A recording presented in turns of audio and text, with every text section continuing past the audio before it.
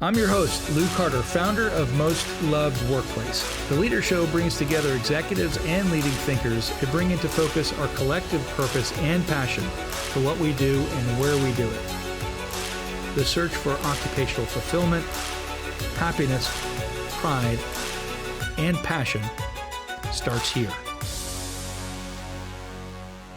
Marc Murphy is CEO of Ignite Digital Services, a digital transformation company serving the national security sector with more than 300 employees across the United States. Ignite is ranked number 47 on Newsweek's 2023 UK's top 100 most loved workplaces. Marc is an investor, operator, and builder with more than 20 years of experience in the technology industry. He has extensive experience leading high-growth, results-focused companies to continued success. His role as CEO at Spark LLC resulted in the company's successful acquisition by Booz Allen Hamilton. The company he leads, his team guides national security clients through the process of digital transformation by harmonizing data science and analytics to optimize program integration and empower operational decisions. Marc, great to have you on today. Welcome to the Leader Show on Newsweek. Great. Thanks, Lou. Excited to be here. Appreciate you having me on. Glad to have you here, Marc. And I want to learn more about Ignite Digital Services, which you founded, right? And that, right? So, and learn about that, right? And then also learn a little about what you do there first. And then, dive into how you became a most loved workplace, because I want to know, about that, what's underneath that, the culture, what you have so much passion around, especially, coming from your extensive experience in the tech industry and how you've managed and led teams. That's not easy to do. I do it myself. So I want to get some tips from you today. So welcome, Marc. Look forward to hearing more about that today. Let's start with this. Tell me more about Ignite Digital so we can get get our feet about what you do.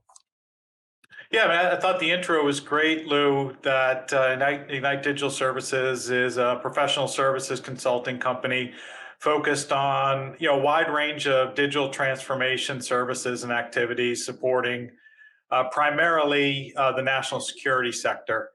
So we provide data analytics, consulting, and really detailed transformational activities, both from a human capital and performance perspective, but also transforming technologies. That's cool. You said transforming technologies. Let's go into them so we just get our heads around it, right? Which transforming technologies are enabling that you create that we can understand a little more deeply? Tell us more.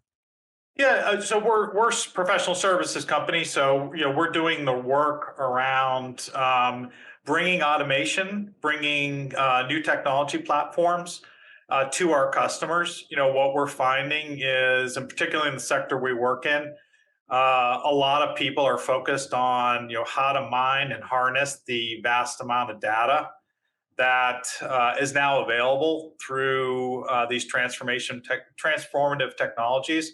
And we're helping our customers make sure they're able to understand what data they have to run their business and properly dashboard it or properly mine it to really lead their transformational activities. So for us, a lot of our activities right now, Lou, is focused on the data environments our customers are accessing through the modern technology platforms. And it is hard to know, right, how to mine data properly so that people typically read data back in the days as if it were a book, literally like a book. It's impossible to digest what it is, all this data in a book. It would be comments or it is in spreadsheets.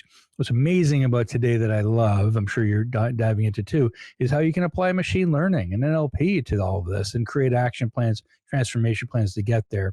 And I'll bet you do that in your culture too, as a most loved workplace. So tell me how in your culture you've helped understand data, usage of data and usage of teams, and how that informs how you transform yourselves and also for your clients. Well, internal to Ignite Digital, we're really focused on, to the degree possible, using data to make all our decisions. And even from a human capital perspective, and even going back to, why we're here today, Most Loved Workplace, it was a data activity. We through the process of the survey, mined data from our employees about what they think about our work environment.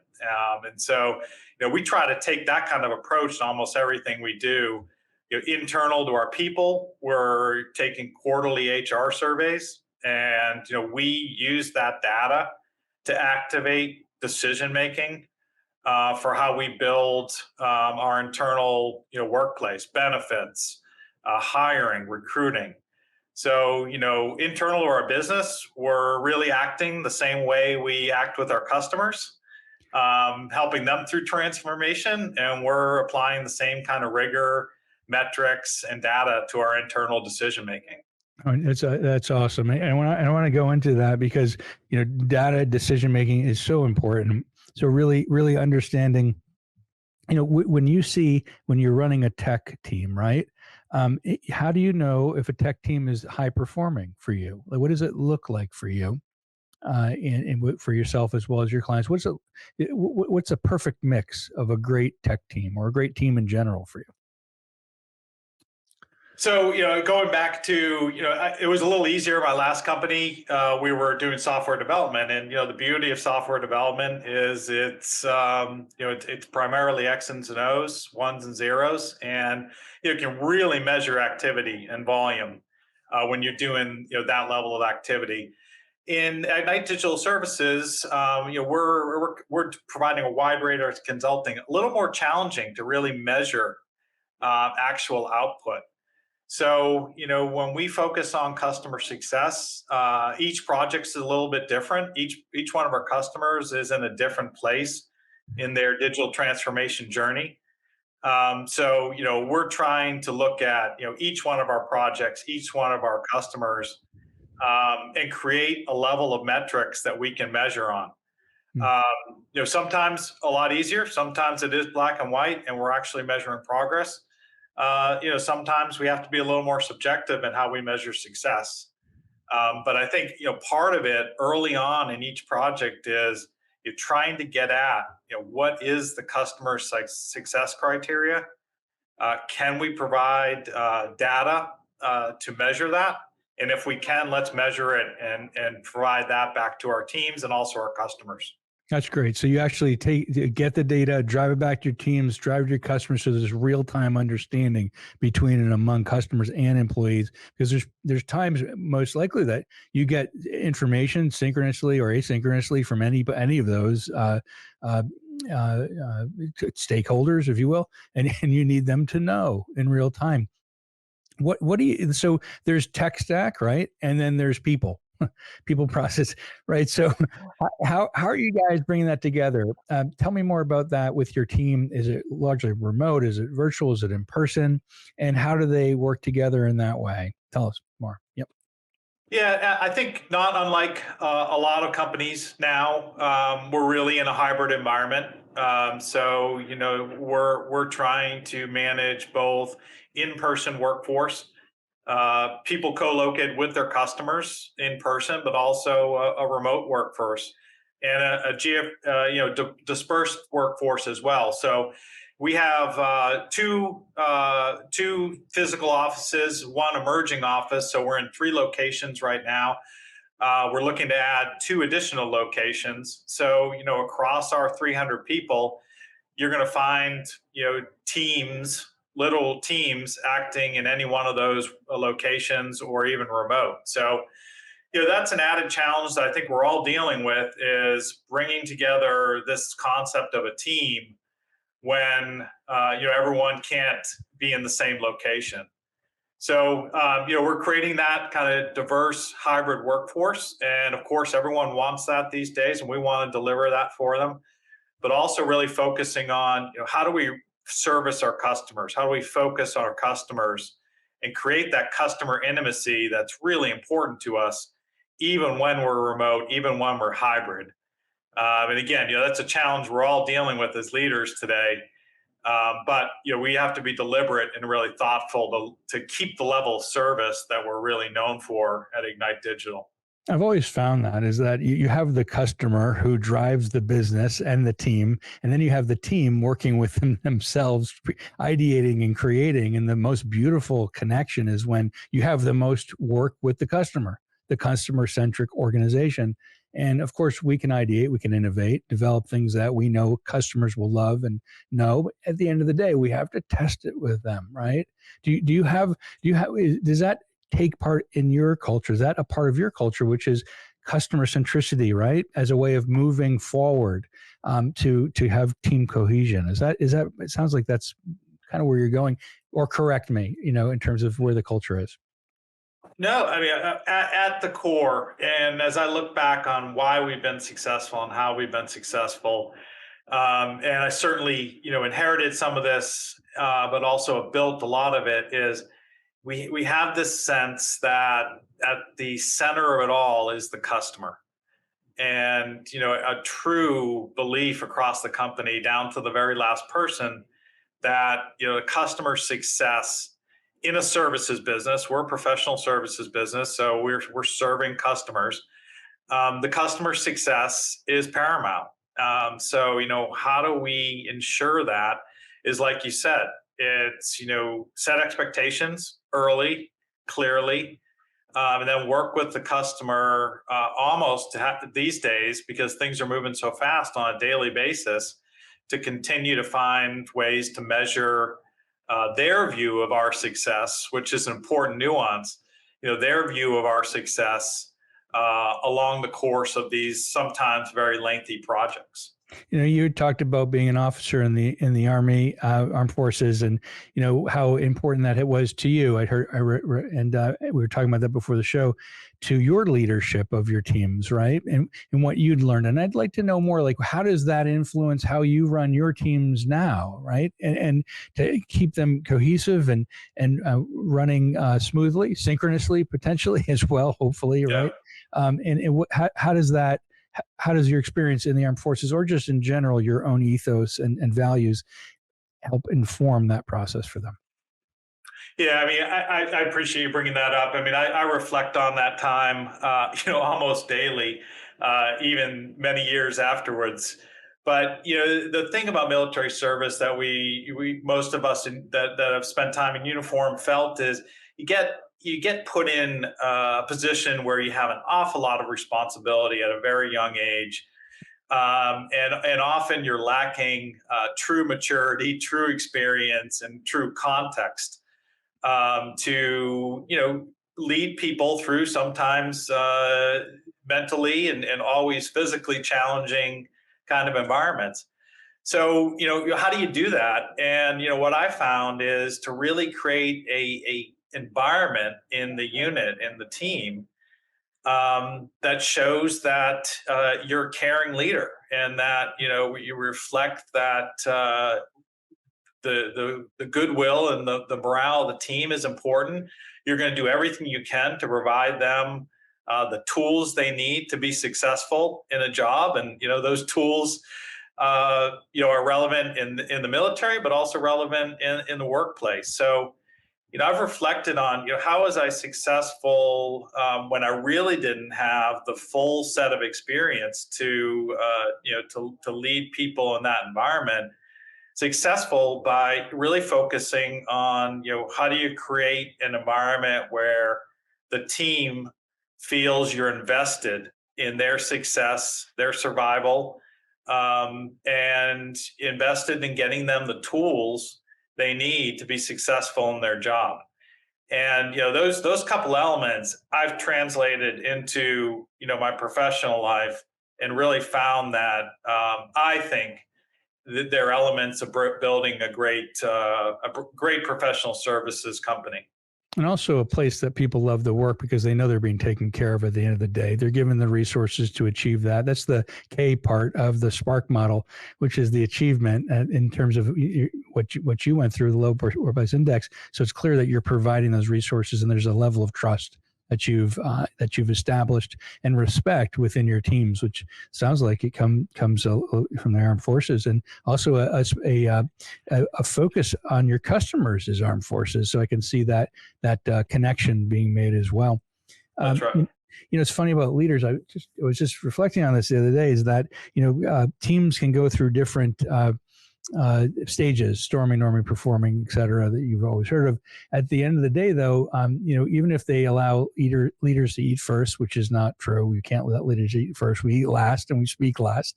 What is most important is that people look to us at the end of the day if there's failure or success. And in times of failure, it's important that people can count on you, right, to understand where they're going through, right, and success, also to share in that success.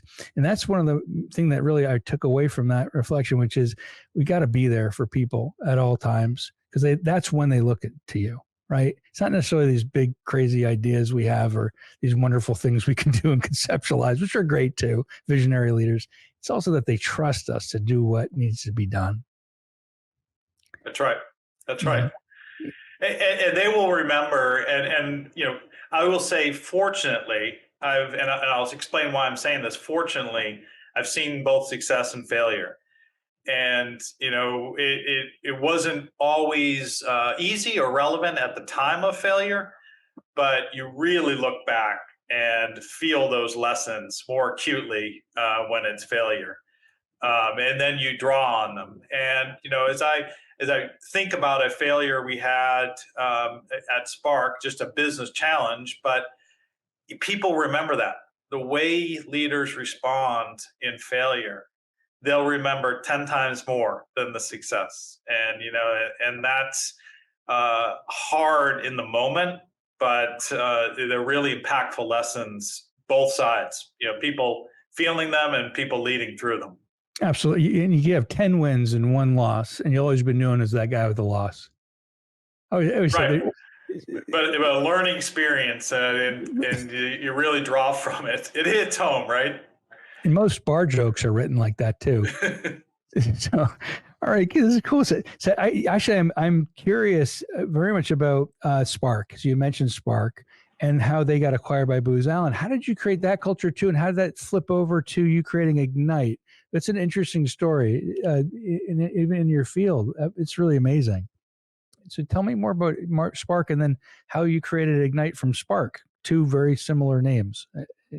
Yeah, you picked up on that. It's as you can imagine, that's by design. But Spark was a company, and I had a wonderful business partner with me along that journey, and some individuals that together, we really focused on, how do you build a culture that can scale, a culture that people really want to not only be at, but perform, be high performers at. And we went through a lot of iterations on this idea of building a great culture and a great workforce, and realized through and culture is a punchline for a lot of things right now, because it's so easy to say free snacks, flexible work, unlimited PTO. And what we found, and I've written about this in some blog posts, is those are kind of icons of culture, but that's not what it's all about. It's it's focusing on what's really important to people, and how do you really draw that out, focus on what's important to people and build the culture around that. And if you do that and you hire generally hire adults that can manage all this, which we focus on as well, you're gonna result in a high performing culture. But it takes some deliberate work to do that. And the course of scaling a company at Spark from 70 people when I joined my partner there to 350 in 3 short years, you really go through some iterations of rapid change. And culture on scale, I think, is one of the hardest things to do. And the things that people find important and love when the company's 50 people, you can't sustain at 350. So you got to be prepared and deliberate to scale a culture like that. So, and you'll pick up the Spark Ignite, Ignite Digital was a concept I have to go build another company, again, with some wonderful business partners. But, we're really taking some of those lessons and focusing on what's important for people. And I'll share a little bit. I'm a big believer that great benefits, overinvest on healthcare and benefits, because when people go home and they leave the building at night, it's taking care of their families. And, if you can take that burden off of them by providing, and I just use that, Lou, as an example, is, that's what I think building a great culture is, finding what really matters to people at the end of the day, investing in that, creating a workforce and a workplace that provides all this, so they can be free to focus on the work and the customer and really be happy and focused around it. And it really is that, giving that kind of Maslow's hierarchy of needs, that first level of being foundationally sound, right? And I I want to go back to what you had said too about having adults manage the process of being high performing. And you're right. It's this. What is the most developed, most population set who can manage, right, that process as you go through culture at scale? Did you find that having the managerial level be very succinct in competency as you scaled important in that aspect? That level of, I always think, and the managers, and really investing in that level of people. And I'll talk a little bit about how we invested at Spark and investing here at Ignite on that level, that manager, senior manager level, because, as you get to 300, 500, and larger company, it's that thread of people that they can go down, they can touch every last person, and they can go up. I can get to them.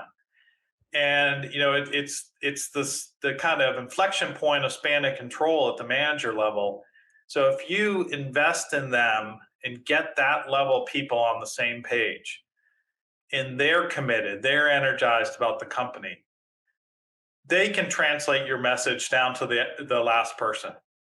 Exactly. It's unrealistic to think the CEO is going to touch every last person. But if you can find that inflection point where, you can invest, energize, and be transparent at that manager, senior manager level, they will send the message down. And it's critical to, I think, to building a company on scale, is to get that level of people invested and then build more of them. And that's what we're in the process of doing. We created a course at Spark, and we're replicating it here at Ignite to invest and build more managers, and you'll build them before you need them. And that has paid dividends, already in our short tenure here. Yeah, it's funny you're saying. First of all, that's right. Everything you're saying is completely aligned with what we do and how we do it. And what you're saying is important, because when we do it in most of the workplace, we certify up manager level so they can trickle down that change, right? Which is around the Spark model. So it's very much taking those skills and competencies related to Love Workplace Index. And the Spark, by the way, my model is called Spark. Did you know that? I didn't know if you knew that. It's the Spark model: systemic collaboration, positive vision of the future, alignment of values, respect, and killer outcomes, that have a lot of these specific areas that you're talking about right now. We could share with later. And each of those areas, we go into the comments, things that are important to people, right? So managers need to know those things as they're moving in, is what's important to people, what do they need skill up in? Because like you said, it's the adults running the show, and the CEO can't do it. There's just so much of you that can go around to everybody. Yet you're giving your ethos and values and help to them to continue this culture throughout your organization and also for your customers. Absolutely. Well, Mark, it's been great. What other things? You tell me more about what else you want to talk about today with us at the Most Lovely Leader Workplace Show about you and your culture. Anything else we missed? You've said a lot today. So what else have we missed today? Right? We want to talk more about you and me. Yeah. Yeah, I'd love to just talk a little bit about what we think about, how we think about the talent life cycle, because one of the reasons we really focused on Most Loved Workplace and wanted to seek out this certification, and I say that not for the sake of the certification, but really for the sake of the engaging in a grassroots type assessment of our people. And so this became a really convenient tool, Most Loved Workplace, to get a sense on what our people thought about what we were building here.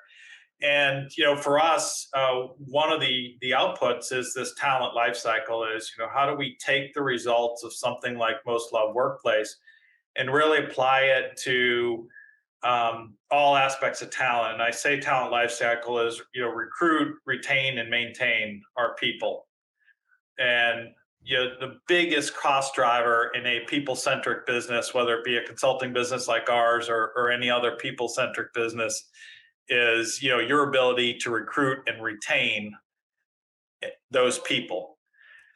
So we've really used this as a leverage point, not only to help us recruit, but help us retain and maintain our people by taking results of surveys and data like this and go really listen to it and act on it. So I just wanted to share that because it was really one of our drivers participating in this, and then using the results to make sure we help with that talent life cycle. It's such a huge difference, isn't it? They say voices is just one thing in this. It's just one thing to hear. It's another do something about it. And that's what you're saying here today is you're committed to the do something about it aspect. And I think that's a wonderful thing. And the fact that you've adopted us, Most Loved Workplace, into your company means a lot. And we really do appreciate that, Mark, very much. And you definitely want to continue this. And there's so many opportunities to have you on for cases and writing and fun things we have ahead at Most Loved Workplace, including events too we're doing online and cool stuff too, because since you're into tech, we'll talk to you a little bit later about it, things that we could discuss and learn more about what you're doing too. It sounds wonderful. The stuff, it's right on the cutting edge. Ranked number 47 in 2023's UK's top Most Loved Workplaces. And Marc Murphy, CEO of Ignite Digital Services here on the Newsweek Leader Show. Marc, it's great to have you with us today. Thanks so much for joining. Thanks, Luke. Really enjoyed it. Thanks, Best of luck to you. Thank you.